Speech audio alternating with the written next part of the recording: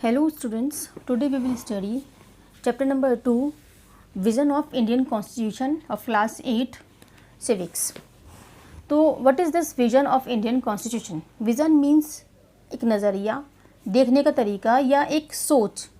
तो क्या सोचकर या किस नज़रिए से इंडियन कॉन्स्टिट्यूशन को बनाया गया वो इस चैप्टर में हम पढ़ेंगे.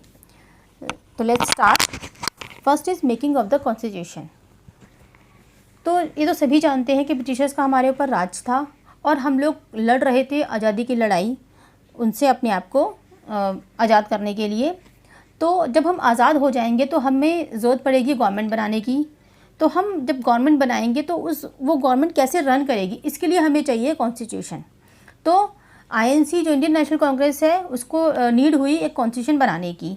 तो 1928 में मोतीलाल नेहरू और बाकी के कुछ 8 कांग्रेस लीडर्स ने कॉन्स्टिट्यूशन का एक ड्राफ्ट तैयार किया और 1931 में कराची सेशन में उसके की फीचर्स को डिस्कस किया गया. की फीचर्स मतलब कि कॉन्स्टिट्यूशन को क्या क्या ध्यान में रख के कॉन्स्टिट्यूशन को बनाया जाएगा. इस तरीके से इन 200 सेशंस के बाद जो कुछ पॉइंट सामने आए वो थे universal adult franchise, right to freedom, equality and protection of the rights of the minorities. तो first one is universal adult franchise.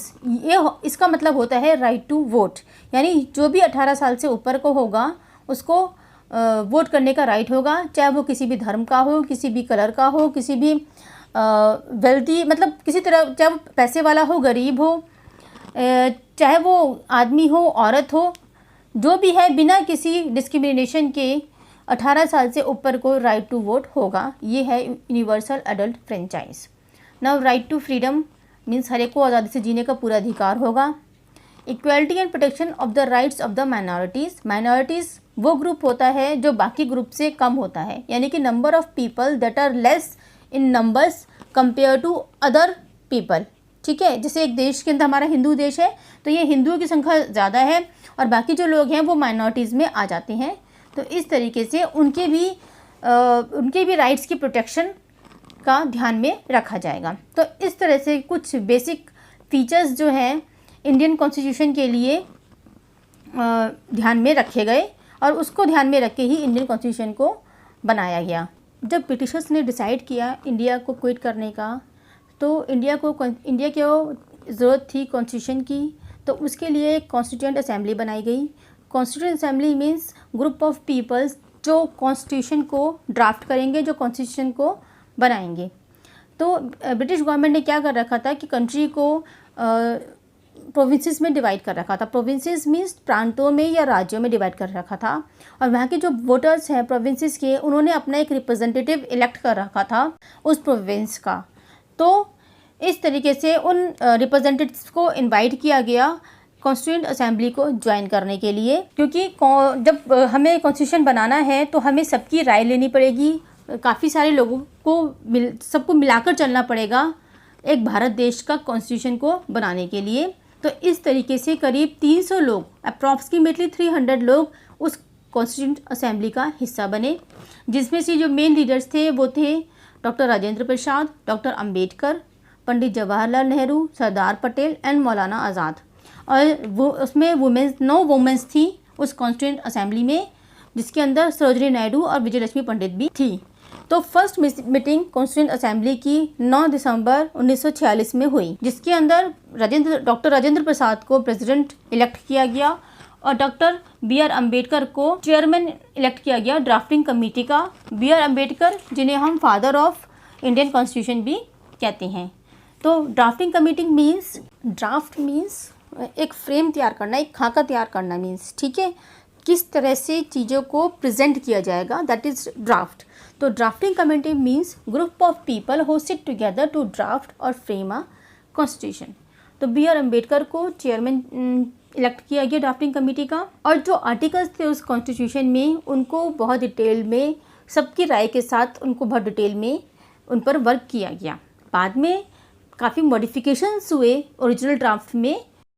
Finally 26 नवंबर 1949 को इंडियन कॉन्स्टिट्यूशन जो है वो ड्राफ्ट हो गया, तैयार हो गया और 26 जनवरी 1950 यानी 26 जनवरी 1950 को वो इफ़ेक्ट में आया, यानी तब से वो लागू हुआ और इसलिए 26 जनवरी को हम रिपब्लिक डे के रूप में मनाते हैं। तो जब हमारे भारत के लीडर्स इंडियन कॉन्स्टिट्यूशन को बनाने की तैयारी कर रहे थे तो कुछ गोल्स थे उनके माइंड में, जिन गोल्स को रख के, जिन बातों को रख के वो इंडियन कॉन्स्टिट्यूशन को बनाना चाह रहे थे, जैसे कि कॉन्स्टिट्यूशन ऐसा होना चाहिए जो लोगों के वेलफेयर के लिए काम करे, यानी कि लोक हित में काम करे। जैसे पॉवर्टी है, अनएम्प्लॉयमेंट है, ये जो चीज़ें हमारे देश में जो प्रॉब्लम्स थी उस पर वर्क करे। ह्यूमन राइट्स पे वर्क करे, यानी कि फंडामेंटल राइट्स सबको मिलने चाहिए, जो इंडियन जितने भी सिटीजन्स हैं सबके फंडामेंटल राइट्स होने चाहिए। And there should be the dignity of the individual, यानी कि हर सिटीजन की अपनी डिग्निटी मेंटेन रहनी चाहिए। तो इंडियन कॉन्स्टिट्यूशन हमारा इस तरह का होना चाहिए। जब ये सब बातें दिमाग में चल रही थी तभी 22 जनवरी 1947 को, यानी कि 22 जनवरी 1947 को जवाहरलाल नेहरू ने एक ऑब्जेक्टिव रेजोल्यूशन प्रेजेंट किया।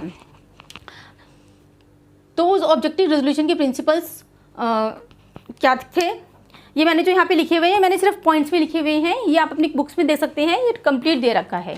तो प्रिंसिपल्स क्या थे इंडियन रेजोल्यूशन के? Indians to be an independent sovereign republic, यानी कि जो इंडिया होगा वो कैसा होगा, वो एक आज़ाद भारत होगा। और सोवरेन रिपब्लिक मीन्स जो वो डिसीजंस लेगा वो अपने इंटरनल मैटर्स में जो डिसीजंस लेगा उसमें किसी भी बाहरी देश का कोई इंटरफेरेंस नहीं होगा, ठीक है, उसके डिसीजंस अपने होंगे, यानी no interfere of any external power in our internal matter. Then second is it is to be a democratic union with equal level of self government in all the constituent parts, यानी कि जितने भी constituent parts होंगे India में वो एक democratic union के अंदर आएंगे, सब यूनियन कहलाएंगे और सबको जो इंडियन कॉन्स्टिट्यूशन होगा उसके अंडर में ही रूल्स एंड रेगुलेशंस को फॉलो करना पड़ेगा, यानी कि वो इक्वल लेवल पे होंगे गवर्नमेंट के।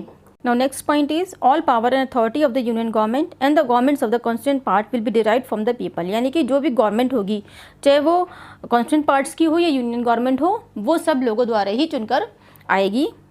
Next is the constitution must strive to obtain and guarantee to the people justice based upon social, economic and political equality, equality of opportunity and equality before law, यानी कि जो न्याय होगा वो सबके लिए समान होगा, चाहे वो और सब इक्वल होंगे, चाहे वो किसी भी लेवल पे हो, social, economy and political equality, यानी किसी भी लेवल पर जो सिटीजन्स होंगे वो सब इक्वल होंगे और सबको पूरा इक्वल न्याय मिलेगा, इक्वल जस्टिस मिलेगा। There should be freedom of thought, expression, belief, faith, worship, vocation, association and action, यानी कि सबको आज़ादी होगी अपने को एक्सप्रेस करने की, किसी भी धर्म को चुनने की, किसी की भी पूजा करने की, कोई भी पेशा चुनने की, किसी भी एसोसिएशन को ज्वाइन करने की। तो next this point is freedom. The constitution must provide equal rights to minorities and people from backward and tribal areas, यानी कॉन्स्टिट्यूशन ऐसा होगा जो माइनॉरिटीज़ को, बैकवर्ड पीपल्स को और ट्राइबल लोगों को भी सबको इक्वल राइट्स देगा। तो इस तरह से इन पॉइंट्स पर, इन प्रिंसिपल्स पे हमारे कॉन्स्टिट्यूशन को फ्रेम किया गया।